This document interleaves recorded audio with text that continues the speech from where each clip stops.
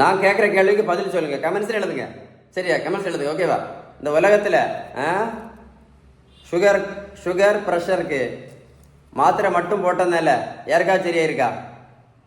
இந்த உலகத்தில் சுகருக்கும் ப்ரெஷருக்கும் மாத்திரை மட்டும் போட்டதுனால யாருக்காவது சரியா இருந்தா கீழே கமெண்ட்ஸில் எழுதுங்க. எனக்கு எழுதுவீங்களா?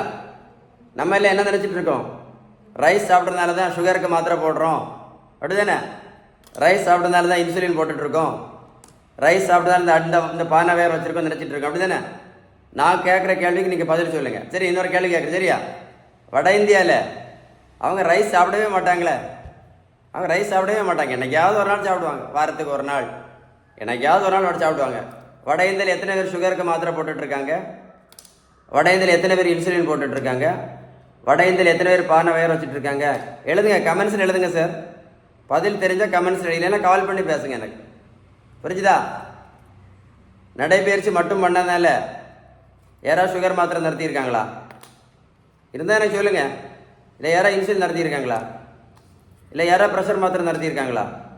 இல்லை யாராவது தைராய்டு மாத்திரை நடத்துகிறாங்களா? இல்லை யாராவது கொலஸ்ட்ரால் மாத்திரை நடத்தியிருக்காங்களா? இல்லை நடைபயிற்சி மட்டும் பண்ணதுனால யாராவது இந்த பானை வேற குறைச்சிருந்தா என்ன கால் பண்ணி என்கிட்ட சொல்லுங்கள். எனக்கு கால் பண்ணி சொல்லுங்கள்.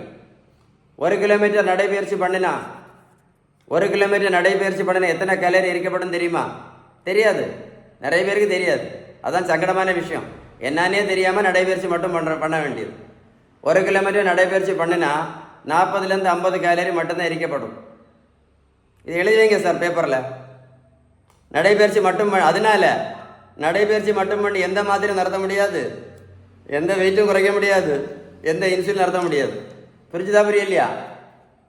வெந்தயம், ஆவாரம் பூ, கொய்யா இலை, கிரீன் டீ, கருவேப்பிலை, கரிஞ்சீரகம். இது என்னது? கருவேப்பிலை, கரிஞ்சீரகம். ஓ, இது என்னது? ஃபேமஸான நெல்லிக்காய் ஜூஸ், நாவல் பழம். சரியா? கேள்விப்பட்டிருக்கீங்களா? நெல்லிக்காய் ஜூஸ், நாவல் பழம். இதெல்லாம் நல்ல உணவு தான். இது எல்லாமே நல்ல சூப்பர் உணவு தான் எல்லாமே.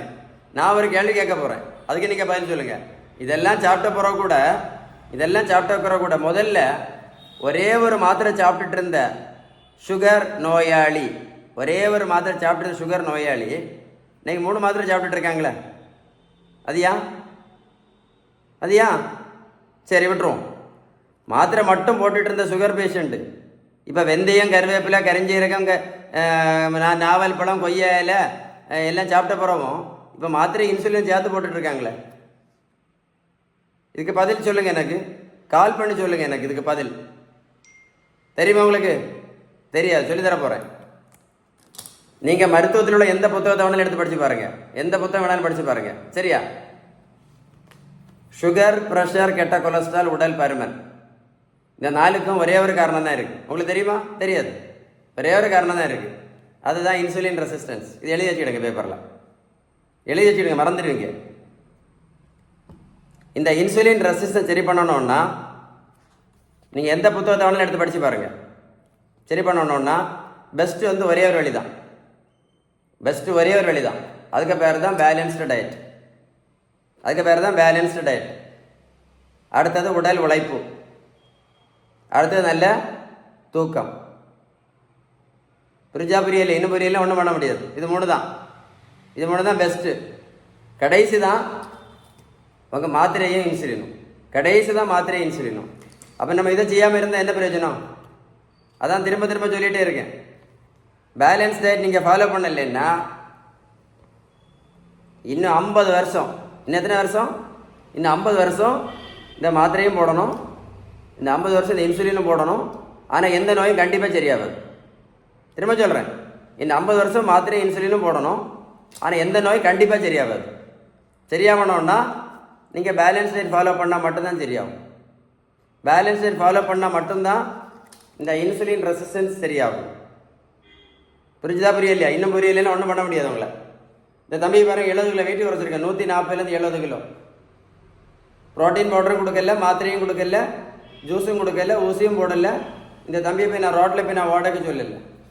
நான் கொடுத்தது எல்லாமே என்னது? பேலன்ஸ்டு டயட் மட்டும்தான். நான் ஒன்றும் கொடுக்கல. நீங்கள் மருத்துவத்தில் எந்த புத்தகத்தை வேணாலும் படித்து பாருங்கள்.